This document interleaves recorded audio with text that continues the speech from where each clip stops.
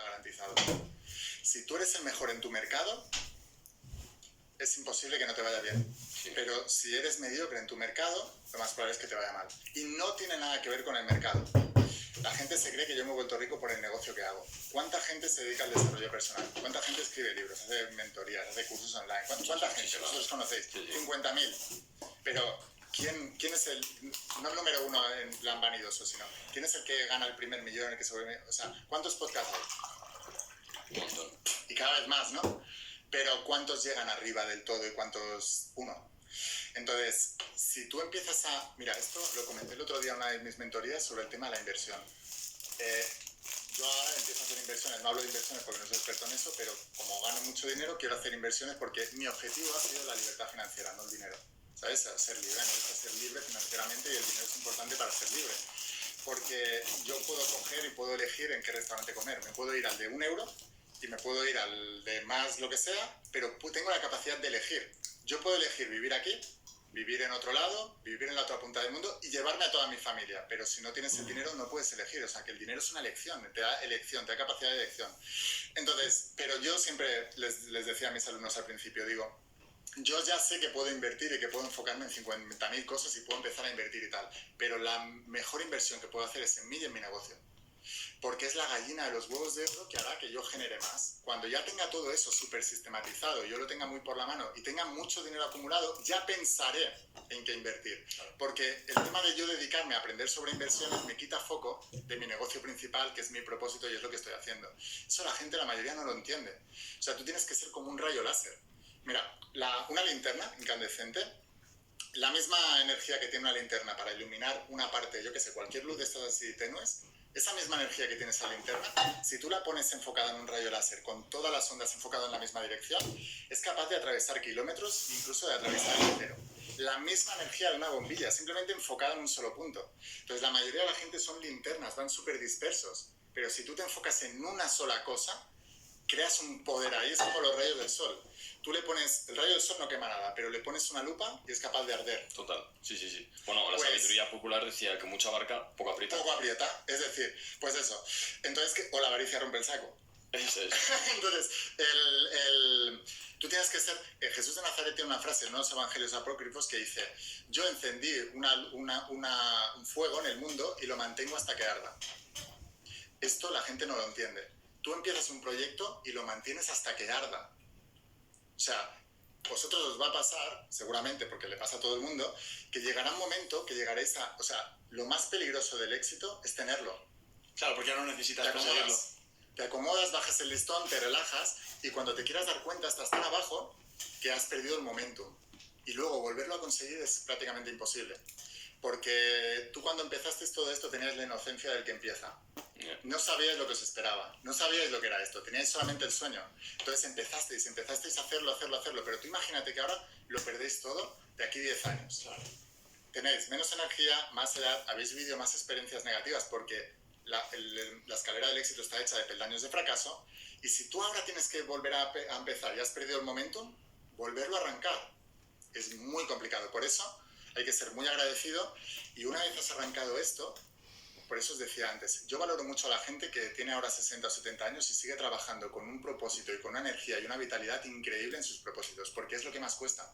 Lo que más cuesta no es arrancarlo. Yo pongo un ejemplo, imagínate un avión y tú quieres arrancar un avión, ¿vale? Imagínate que tienes la pista y tú quieres arrancar ese avión. Para tú ese avión despegarlo, tú tienes que meter una cantidad enorme de combustible metida en un solo punto que son los motores y durante un tiempo muy determinado, muy corto. Porque si fallan alguna de estas tres cosas, el avión no despega. Lo mismo pasa con un negocio o con cualquier proyecto de vida. Tú tienes que meter la máxima cantidad de energía o de combustible a un solo punto que es ese negocio o ese proyecto y además hacerlo en un espacio corto de tiempo. No vale decir, no, iré poco a poco y le voy a hacer... No, tienes que meterle toda la carne en el asador desde el principio y en un periodo corto, porque entonces el avión despega.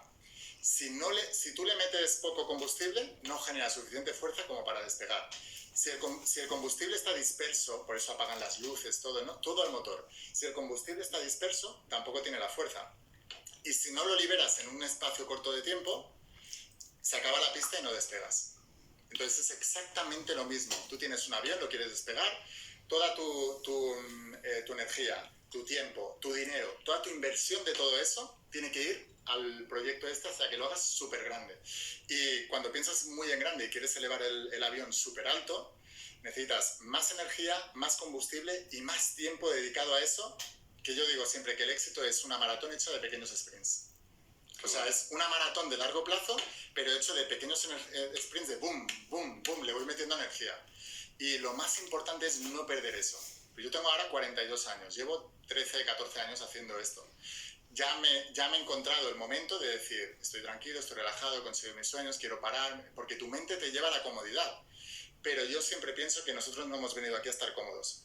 Si tú te pones conscientemente incómodo, significa que estás creciendo, es perfecto. Pero si no, la vida te lo va a poner. La vida te va a poner incómodo, te va a volver a poner incómodo. Cuando has conseguido arrancar el avión, eso se llama momentum, inercia. Cuando tú has conseguido generar inercia, porque tú tienes un estilo de vida, las personas que quieren hacer un cambio, ¿vale? Están yendo en esta dirección, tienen ya una inercia en la dirección de la pobreza, de la enfermedad, del desamor, las cosas que no quieren en sus vidas. Tienen una inercia, tienen siempre los mismos pensamientos, mismos hábitos, mismas acciones, siempre, ¿no? Cuando tú quieres romper esto, tienes que parar en seco. La ley de la inercia te dice, primero, rompe la trayectoria, rompe la inercia que llevas y luego empiezas desde cero en otra dirección. Para empezar desde cero necesitas otra vez muchísima energía. Por eso, una vez ya has arrancado, es importante no perder el momentum, no perder la inercia. Porque si pierdes la inercia del momentum es muy fácil que nunca más lo puedas conseguir. Y por eso tanta gente que dices, ha tenido mucho éxito, ¿no ves mucha gente que en un momento dado de su vida tuvieron mucho éxito y ahora están ya como de capa caída y están cayendo? Perdieron el momentum, perdieron la inercia, perdieron las ganas, perdieron la energía, perdieron la vitalidad, perdieron el propósito. El propósito es lo que hace que tú vayas generando el momentum, ¿no? El porqué. Cuanto más grande es el porqué, más fácil es el cómo. Entonces es muy importante generar momentum y no perder el momentum. Generar inercia y no perder la inercia. Qué interesante, porque, por ejemplo, con esto que dices del avión, es lo más complicado al inicio. Imagínate que después de arrancarlo y lo levantas unos metros, vuelves a aterrizarlo y vuelves a arrancar hacia el otro lado. Y eso es lo que pasa a mucha gente con el emprendimiento, que quiere arrancar el motor y de repente ve un proyecto que es más interesante, o que al menos parece que el avión se va más rápido, se bajan del avión y quieren subir a otro, y así constantemente. Entonces no llegan nunca a conseguirlo, ¿no? Como la frase que dice que un ganador es un perdedor que nunca se dio por vencido. Exactamente. Entonces es muy interesante esto. A raíz de tu haber experimentado el éxito, ¿cómo has conseguido gestionar esa conversación interna para no rendirte y seguir siendo constante? Porque seguro que ahora mismo en el podcast la gente estará motivada, ¿no? Pero saldrá de este podcast dentro de una semana o 2 o 3 y la motivación cae, y es donde reina la disciplina. ¿Cómo podemos hacer que la disciplina sea un músculo fuerte en nuestro cuerpo si, por ejemplo, no somos disciplinados? Porque la disciplina viene del dolor. El dolor es el motivador más grande para el cambio. ¿Qué es lo primero que os he dicho cuando os he visto ahora, después de 2 años? Habéis conseguido 1 millón de suscriptores. ¿Cuál es el siguiente hito? Es muy importante tener la visión de la tierra prometida. O sea, tú tienes que tener una visión de una tierra prometida muy grande. Abraham, cuando liberó a los esclavos de Egipto, lo primero que les dijo es, estáis esclavizados. Que lo sepáis, estáis esclavizados. Porque la gente no sabe que está esclavizada. La gente va viviendo, va normal, no cumple sus sueños y no se da cuenta de dónde están. O sea, que lo primero que se tienen que dar cuenta es de dónde están. Y que les duela. Y lo segundo es ver cómo podrían estar. La tierra prometida, la visión. Luego empezar a caminar. Porque si te hablo mucho del desierto, tampoco empezarás. Y existe. O sea, es muy complicado, ¿no? Entonces, lo primero es una visión. Cuanto más grande es la visión, más grande es tu capacidad de querer salir de ese Egipto, de esa esclavitud de Egipto, ¿no? Entonces, lo primero que tiene que entender la gente es dónde estás, qué es lo que te está doliendo ya, qué es lo que te duele. Cuando tú vas al médico, si tú imagínate que llevas a tu niño pequeño al médico, ¿no? ¿Y qué es lo primero que te dice? ¿Qué te duele? ¿No? ¿Por qué estás aquí? ¿Qué te duele? Porque cuando tú ya sabes lo que te duele, ya puedes saber también cuál es la ruta para alcanzar lo contrario, que es el bienestar. Si no sabes a dónde vas, todos los vientos están en contra. Exactamente, no hay viento favorable para el que no sabe qué va. ¿Dónde va? Pues es lo mismo, o sea, primero, ¿qué te duele? Y después, ¿qué es lo contrario? Porque mucha gente no sabe identificar muy bien qué quiero en mi vida, pero sí sabes lo que te duele en tu vida. Claro. Pues lo contrario es lo que quieres. Qué bueno. Ya tienes el objetivo ahí claro, ¿no? Ahora, deja de enfocarte en tus gigantes, deja de enfocarte en tus montañas y vamos a enfocarnos en nuestro sueño. Y vamos a ir a por él. Y obsesiónate con eso. Vete a por eso solo. Piensa en eso. Busca referencias solo de eso. Cuando cuando yo me puse el objetivo de ser millonario, yo solamente leía libros de millonarios, solo me enfocaba en millonarios, solo escuchaba a millonarios, solo eso. De tal manera que yo pensaba, la creencia que yo tenía anteriormente es, millonario es uno entre un millón, no hay. Pero cuando tú solamente lees sobre millonarios y ves sobre millonarios, tu mente empieza a pensar que todo el mundo es millonario. Entonces tú te crees que es fácil. Y es más fácil para ti, porque la primera ley es saber lo que quieres, la segunda es creer que es posible para ti. Y luego ya tomar acción masiva y ir a por ello, ¿no? Que la fe se demuestra con acciones, el movimiento se demuestra andando. Una fe sin obras es una fe muerta. La metafísica de sofá no funciona. O sea, esto la gente lo tiene que saber. Hay un pasaje en la Biblia que explica cómo había un hombre paralítico y se enteró que había un Jesús de Nazaret que sanaba a las personas. Imagínate, estaba en un día de recorrido andando. Un paralítico que no puede andar, ¿cómo se va a ir a buscar a Jesús de Nazaret? Es imposible, ¿no? ¿Qué es lo que hizo? Convenció a sus amigos para que lo cargaran un día andando. Cuando llegaron ahí, la plaza estaba abarrotada, ¿no? No cabía un alma, no podían acceder.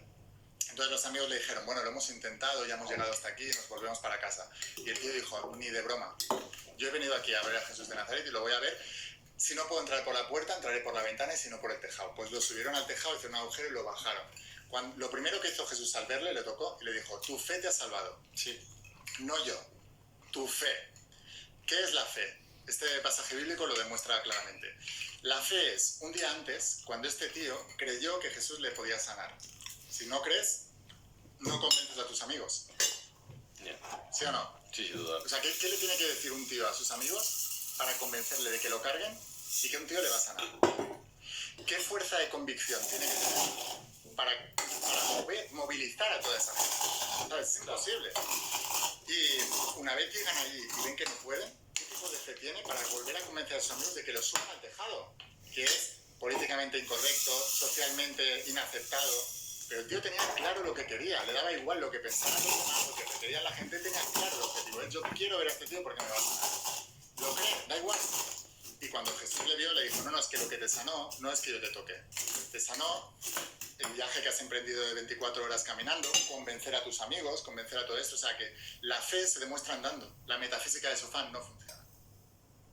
Este que ves aquí es el mejor curso gratuito de inteligencia artificial que existe. Es una formación totalmente gratuita en la que aprenderás desde cómo funciona hasta cómo aplicarla a tus propios proyectos, las herramientas más útiles y cómo empezar con ellas, cómo darle instrucciones para que creen por ti imágenes, música y vídeos, y cómo crear un equipo de asistentes de inteligencia artificial que trabajen para ti 24/7. Te aseguro que no hay ninguna otra formación gratuita que se le parezca ahí fuera. Son 4 días de formación en directo con casi 8 horas de contenido que puedes seguir cómodamente en una sala virtual. Apúntalas en tu agenda porque son sesiones en vivo y no querrás perdértelas. Para reservar tu asiento, haz clic en el botón de aquí abajo y deja un correo al que enviarte el acceso. Haz clic ahora.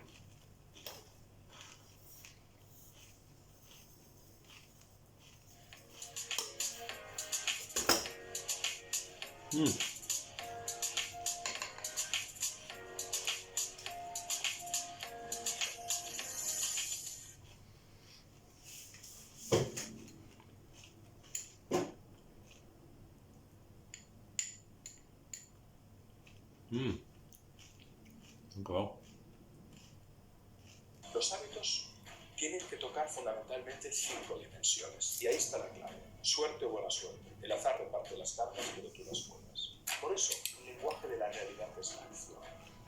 Si tú lo haces, no te quejes. Cuando tú ves que hay una inconsistencia entre lo que sabes que te conviene y lo que acabas haciendo, es que la vida no te ha apretado lo suficiente. Pero hay un tipo de miedo que está estrechamente vinculado con el deseo profundo. ¿Qué puedo cambiar de mi vida? Que no está funcionando. ¿Qué tengo que dejar de hacer? ¿Qué estoy haciendo ya?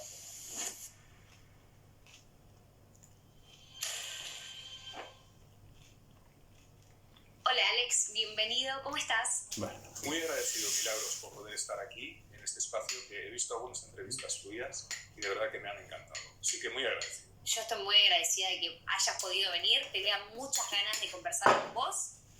Quiero empezar preguntándote, hace 20 años escribiste un libro muy exitoso que se llama La Buena Suerte, que es exitoso hasta el día de hoy. La gente lo sigue comprando, lo sigue regalando, lo sigue pidiendo. Contame, ¿qué tiene la buena suerte que crees que resonó tanto con la gente? Ha sido muy curioso porque ha sido un libro que en cada país nos han dicho que reflejaba los valores de la cultura. En Estados Unidos nos dijeron que reflejaba muy bien su ética, en Japón también. Bueno, el libro ahora mismo está en 54 idiomas y en más de 50 países. Y yo creo que el éxito es que te habla de dos maneras de entender la vida. La podemos entender desde la inercia, sentirnos víctimas de las circunstancias. Es ese relato de la persona que suspende un examen y va a ver al profesor y le dice: usted me ha suspendido el examen. O de otra manera, la podemos entender como que somos creadores de circunstancias para crear buena suerte. Y por lo tanto, cuando voy a ver al profesor no digo me ha suspendido, sino digo he suspendido, ¿qué puedo hacer para mejorar? Esa dialéctica está en todas las culturas. Es el diálogo entre soy una víctima o soy un constructor o constructora de posibilidades. Y el mismo relato parte de una historia de dos amigos que se encuentran, que a uno le ha ido muy mal y se queja constantemente y a otro le ha ido razonablemente bien, pero ha trabajado mucho para eso. Y el que se queja obtiene por parte de este que le ha ido bien un cuento, y es el cuento de la buena suerte. Es un cuento dentro de un relato. Y en ese cuento también hay dos personajes que reciben las mismas informaciones pero que actúan de manera muy diferente. Por lo tanto, en la vida en realidad podemos situarnos en dos posiciones. La posición de soy un agente pasivo de lo que pasa, o la posición de soy una persona que tiene un pequeño margen de posibilidad, pero que con ese pequeño margen puedo hacer más de lo que conseguiría si no hago nada. Por eso creo que la frase que resume muy bien el libro es esa frase de Shakespeare que dice: el azar reparte las cartas, pero tú las mueves. Porque es verdad que en la vida hay un diálogo entre el azar y la responsabilidad. Hay elementos que no podremos controlar, para bien y para mal, y que te pueden llegar inesperadamente. Un accidente, una persona querida que te engaña o te estafa, una enfermedad que no estaba en el guión de tu vida. Pero frente a eso, tenemos la opción de trabajar activa y conscientemente en nosotros para convertir los valores en virtudes. Porque la buena suerte es cuando una persona integra hábitos, pequeños hábitos, que sumados hacen que tenga coraje, responsabilidad, propósito, humildad, confianza, entrega, civismo, cooperación, y que por lo tanto enriquecen su manera de percibir, de pensar, de sentir y sobre todo de actuar. Porque el lenguaje de la realidad es la acción. Y no puede haber buena suerte si tú no trabajas para crear las circunstancias que la facilitan. Mencionaste hábitos. ¿Tenés algunos en los que nos podamos meter que crees que son hábitos generadores de buena suerte si uno los logra mantener con constancia? Hay muchísimos hábitos. Pero antes de hablarte de ellos, que esos hábitos están en el libro que salió de Tu mentalidad buena suerte. Por un lado está La buena suerte, que es un cuento, y luego saqué Tu mentalidad buena suerte, donde están todos esos hábitos de los que podemos hablar ahora. Ese libro tiene 2 años apenas. Pero para llegar a los hábitos hay algo muy importante, y es la mentalidad. La mentalidad de esa persona que te dice, me ha ido mal, era mi destino. Y la mentalidad de esa persona que dice, he tenido muchos desafíos, pero gracias a entenderlos como oportunidades de aprendizaje, incluso como heridas por las cuales he podido expresar dimensiones de mi ser que yo no sabía que tenía. Si yo no hubiera pasado por ese cáncer, y te hablo por experiencia, no hubiera aprendido determinadas lecciones que no me llevarían a ser el que soy ahora. Si no hubiera pasado por ese dolor crónico, no hubiera aprendido lo que me ha llevado ahora. Por lo tanto, los hábitos tienen que tocar fundamentalmente 5 dimensiones, y ahora los aterrizamos. La dimensión de la inteligencia emocional o social, que le llamaremos la actitud. La dimensión de la inteligencia lógica y racional, el conocimiento. La dimensión práctica, la habilidad, que de ahí vienen los hábitos. La dimensión de la empatía profunda y de la conexión espiritual, el compromiso. Y la dimensión de la ética. Actitud, conocimiento, habilidad, compromiso y ética. Son las 5 dimensiones de la realización humana. La actitud es el corazón, el conocimiento es la mente, la habilidad es la acción, el compromiso es el abrazo y la ética es la integridad que lo integra todo. Entonces, hay un hábito fundamental, que es el hábito, o sea, yo en ese sentido me manifiesto muy amante del estoicismo, muchísimo, y por lo tanto, para novedad, los clásicos. El hábito de la reflexión, del pensamiento realmente crítico, es decir, cada día. ¿No? Dice que cuando morimos, muchas personas que tienen experiencias cercanas a la muerte, cuando fallecen, dicen, he revisado mi vida y me he dado cuenta de lo que hice bien y del daño que hice. Porque en esa experiencia yo sentí lo que sentían otros cuando lo hacía. Es fascinante esto, porque son miles de personas que cuentan esto, ¿no? Y uno piensa, y tú tienes que esperar a morirte para reflexionar un poco cada día. El hábito de la amabilidad, el hábito de la ternura, el hábito de la paciencia, el hábito de la compasión, el hábito de la escucha activa, actitud. Conocimiento, el hábito de la lectura cotidiana, el hábito de la lectura, el hábito de la planificación escrita, porque cuando escribes puedes ver mucho más claro la cartografía, el mapa de quién eres, qué puedes mejorar, qué puedes aprender, cómo puedes avanzar. Los hábitos los podemos estructurar en muchísimas dimensiones. Y a veces no se trata de que sean grandes procesos, sino pequeñas habilidades. La habilidad, por ejemplo, de cada noche dedicar 5 minutos a apuntar 3 cosas que agradecerías de tu día y 3 cosas que crees que podías haber mejorado. El hábito de la meditación. Y ahora digamos los hábitos relacionados con la salud, con la disciplina de la actividad o del deporte.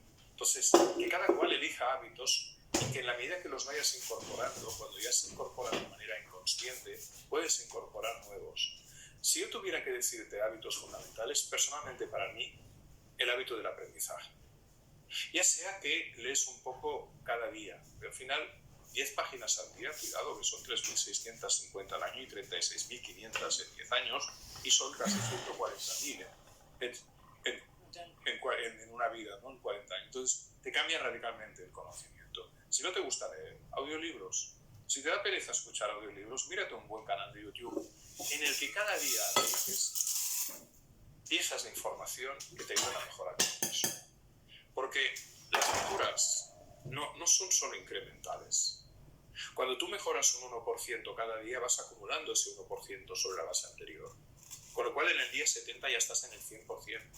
Pero es que en el día 100 ya estás en un 170%. Por lo tanto, tener esta visión de que cuando tú incorporas una pequeña habilidad cada día del tipo que sea, eso va a generar un incremento exponencial que va a generar una transformación vital.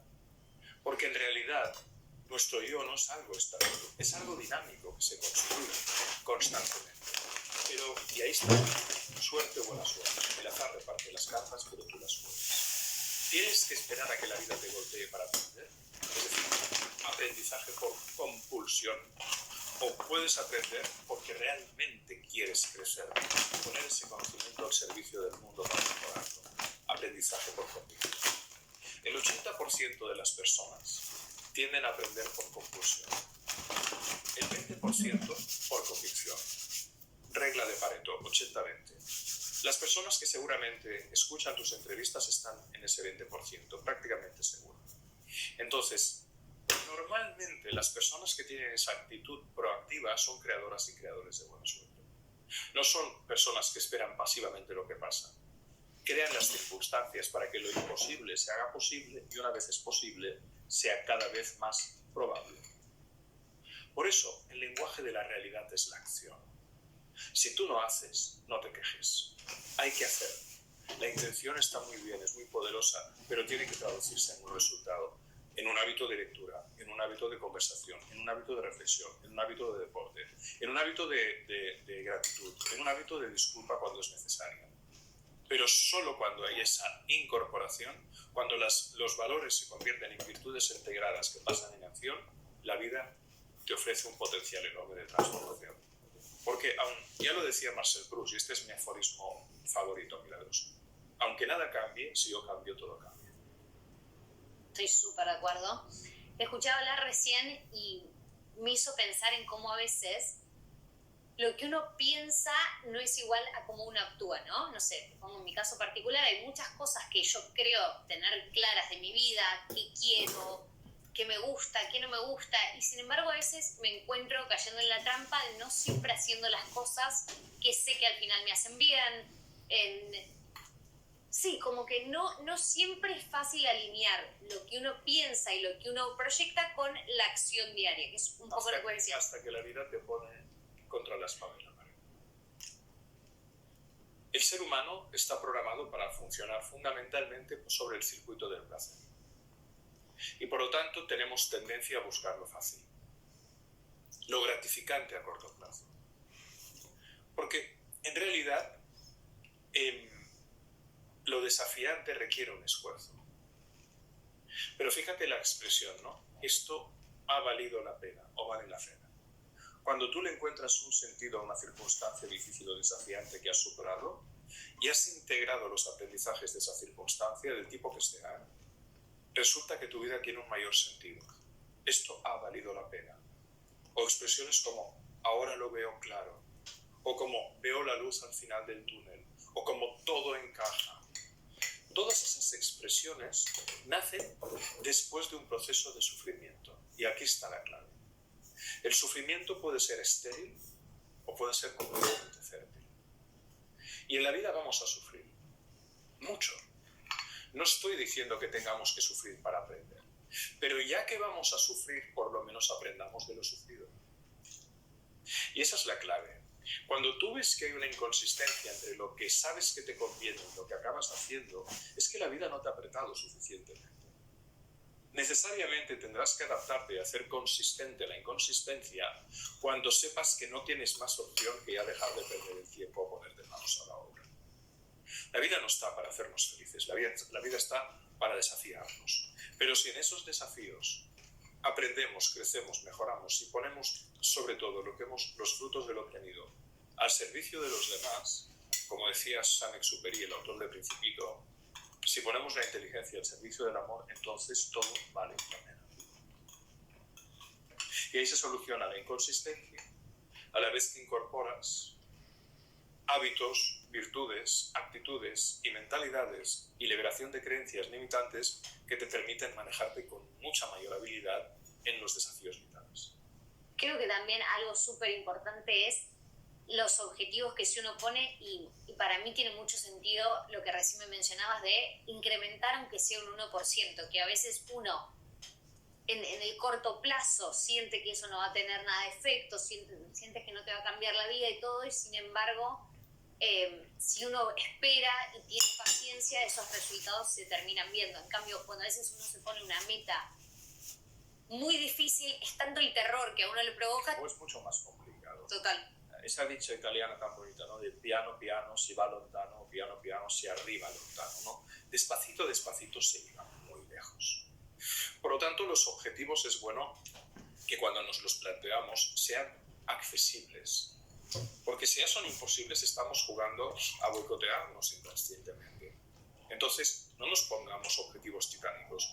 Comencemos con objetivos pequeños, que sean fácilmente conseguibles, que nos den gratificación, que nos faciliten el refuerzo de la autoestima. Es decir, cuánto me quiero y sobre todo del autoconcepto, cuánto me valoro. Porque cuando la autoestima, cuando somos pequeños, viene dada por el reconocimiento de nuestro entorno, sobre todo mamá y papá. Pero cuando somos adultos, ya mamá y papá o no están, o ya son ancianitos y hacen su vida. Entonces, la mejor manera de mejorar la autoestima es el autoconcepto. Autoestima es cuánto me quiero. Autoimagen es cuánto me gusto. Y autoconcepto es cuánto me valoro. ¿Cómo podemos mejorar la valoración de una persona cuando se quiere? Básicamente cuando te sientes útil. 100%. Punto. Entonces, cuando ayudas a los demás, te sientes útil. Cuando pones tu aprendizaje, ya sea desde la experiencia vivida o desde algo que has incorporado como un conocimiento, pero lo has incorporado de verdad y lo compartes, te sientes útil. Cuando tú haces una tarea donde aportas valor al mundo y a los demás, entonces los demás te reconocen, te agradecen, te quieren, y al quererte aumenta tu autoestima. Pero es que a la vez aumenta tu amor propio, porque no es lo mismo la autoestima que el amor propio.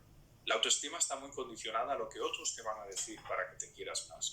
El amor propio tiene que ver mucho con el reconocimiento de la dignidad propia. Incondicional. Todo ser humano, todo animal, toda forma de vida tiene su dignidad, que merece ser respetada. Y esa dignidad, siempre y cuando no atente contra la dignidad de los demás. Y esa dignidad también implica un amor a la vida que nos habita. El otro día escuchaba una entrevista de Robert Greene. Él cuenta cómo a partir de su éxito de ese libro la gente le empieza a pedir consejos, todo, y que en algún momento llegó a sentir este famoso síndrome impostor, que cada vez escucho más gente que le va muy bien en sus trabajos y todo, que sufre de eso. ¿Quién soy yo para decirle a los demás lo que tienen que hacer. Tú compartes aquello que sabes que te ha sido útil. Y no lo compartes solo de lo que has leído, sino de lo que has vivido. Yo creo que al final los discursos que llegan al corazón son los que nacen del corazón, lo que nace de la sangre. Y además las personas lo ven claramente, si estás hablando desde un yo experiencia o desde una idea montada. Pero cuando, a pesar de hablar desde el corazón, siempre conocerás a alguien que ha tenido una vida muy complicada, circunstancias extremadamente desafiantes. O simplemente te dices tú, bueno, ¿quién soy yo? Pero llega un punto en el que situarte en esta posición no te sirve de nada ni a ti ni al otro. Porque si el otro te pregunta, tú dile lo que opinas, dale herramientas, dale respuestas, proponle libros, proponle podcasts, proponle enlaces, lo que sea. Porque al final él tiene que hacer el trabajo de tirar del hilo y decidir si lo que tú le has dicho le aporta valor o no. Pero evidentemente yo creo que dudar es profundamente humano, y dudar de lo que tú dices, haces, o incluso cuando entregas un libro o haces una entrega de una conferencia, te preguntas, ¿he estado a la altura? ¿Ha merecido la atención, la presencia, los recursos que han dedicado estas personas a lo que les he dicho? Y esto siempre, yo no hay día que no me pase, cada día. Pero creo que esto es bueno. Siempre la duda que te lleva a cuestionarte para decir, he estado a la altura, he dado lo que podía dar, lo he expresado de la manera adecuada. Creo que esto al final es lo que nos hace crecer, cuestionarnos, ¿no? No hay que tener miedo a cuestionarse, al contrario. Y no hay que tener miedo a que te cuestionen ni te critiquen, porque normalmente las miradas que más te enriquecen son aquellas que tú eres incapaz de ver de ti mismo. Son espejos cuyos reflejos tú nunca encontrarías, porque te los dan desde otro paradigma. Entonces... Y siento que también genera un gran alivio. No sé, a mí me pasa cuando escucho gente que yo creo que están en lugares que yo soñaría estar, o en posiciones, o en trabajos y todo, y escucho que les pasa eso, también es un gran alivio. Porque es eso, ¿no? Uno sigue viviendo con las mismas cuestiones y las mismas inseguridades, y es hacerlo a pesar de eso, digamos. Solo el narcisista no duda, ¿no? Yo he visto entrevistas a políticos que les han preguntado, ¿usted ha cometido algún error alguna vez? Y dicen, yo nunca. Eso es un síntoma de enfermedad. Todos, no solo nos equivocamos, sino que todos podemos mejorar en lo que hacemos. Por lo tanto, este síndrome del impostor, del cual tanto se ha hablado, creo que es algo natural entre la buena gente. Es inevitable. Es inevitable dudar de si realmente aportas valor. Estás a la altura. Eres digno de... Sin machacarte, porque el veneno está en la dosis. Pero pienso que todo buen profesional tiene que hacer ese ejercicio de cuestionar. Estoy aportando. Yo siempre les digo a mi equipo en la Escuela de Transformación Vital, les digo, chicos, por cada céntimo que alguien confía en nosotros, le tenemos que aportar por lo menos €1. Tenemos que multiplicar por 100. Si no, no lo estamos haciendo. Y creo que la vida consiste en eso, en la generación de valor añadido, y ese valor solo se produce cuando tú te cuestionas cómo puedes mejorar y cómo puedes ser más útil y servir mejor. Recién me mencionaste el estoicismo. ¿Cuál dirías que es de los principios de ellos el que más te funcionó a vos, el que más te gustó? O a todo.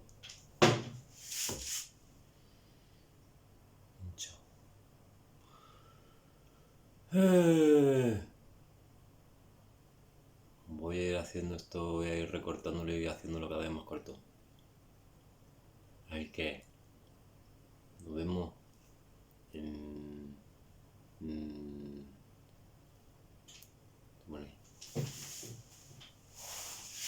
nada, nos vemos en nada.